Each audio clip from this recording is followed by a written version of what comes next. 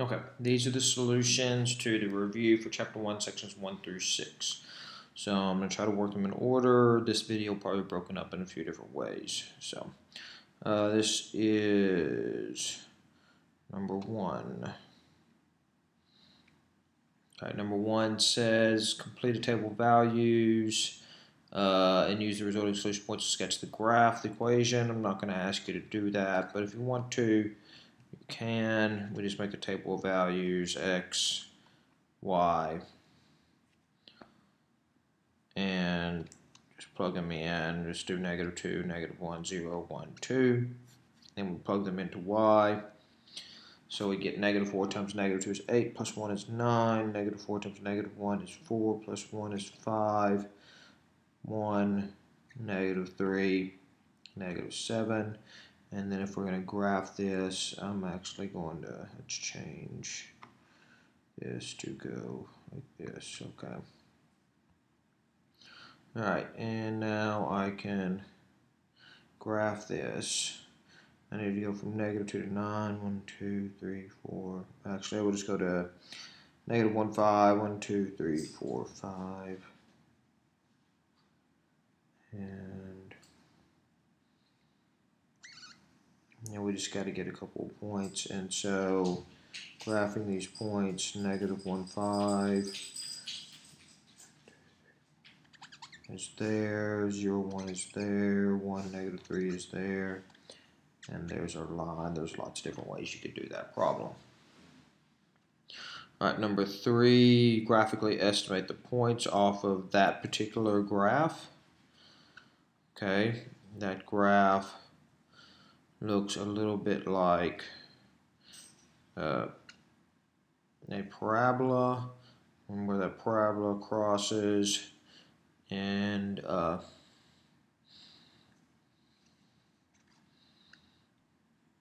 it crosses somewhere between, this is 2, this is 4, this is 6, this is 8, this is 2, 4, and so on. Looks like it crosses at 6, 1, 5, and it hits somewhere down here, like, so it looks something like that. Okay, so it looks like it crosses at here and here, so we'll say that the x-intercepts are x is equal to 1 and 5. Alright, now we want to use algebraic tests for 5 through 8. Alright, so 5 is y is equal to -4x plus 1. We want to check versus both axes, the origin and the origin. So here's our original. We want to try -x. Y is equal to -4 times -x plus 1. That's y is equal to 4x plus 1. Try -y. -y is equal to -4 times positive x, -4x plus 1. And or y is equal to 4x minus 1. And then we want to try -x and -y. And we do that, we get -y is equal to -4 times -x plus 1. And so we get -y is equal to 4x plus 1, or y is equal to -4x minus 1. Okay, none of those are the same, so we have, this is y-axis, this is x-axis, this is origin. Okay, so it has no symmetry. Okay, that's 5. Let's look at 6. 6, we do the same thing. Write down the original equation. The original equation is y is equal to 7 minus x squared. And then we want to check for, I'm going to do x-axis first, which is -y is equal to 7 minus x squared. So that's a no. Do y-axis next. So that's y is equal to 7 minus negative x squared. Y is equal to 7 minus x squared. That's a yes. And then we want to do origin. Okay, origin is negative y is equal to 7 minus negative x squared, or negative y is equal to 7 minus x squared, and that's a no. So that's that wasn't 6, that was 7. All right, that's 7. Let's do 8.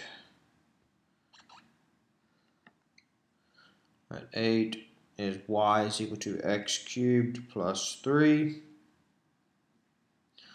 All right, so that's our equation. So we want to check, we'll check x-axis.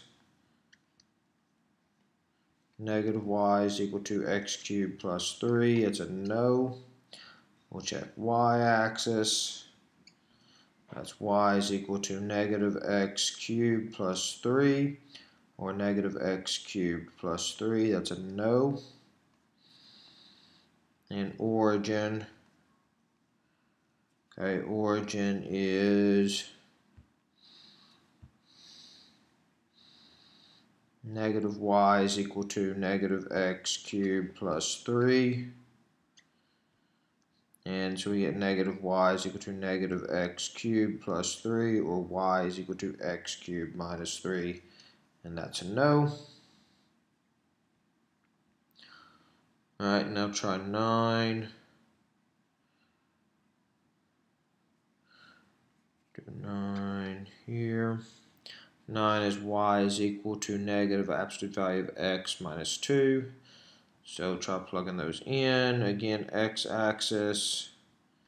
X-axis is negative y is equal to negative absolute value of x minus 2.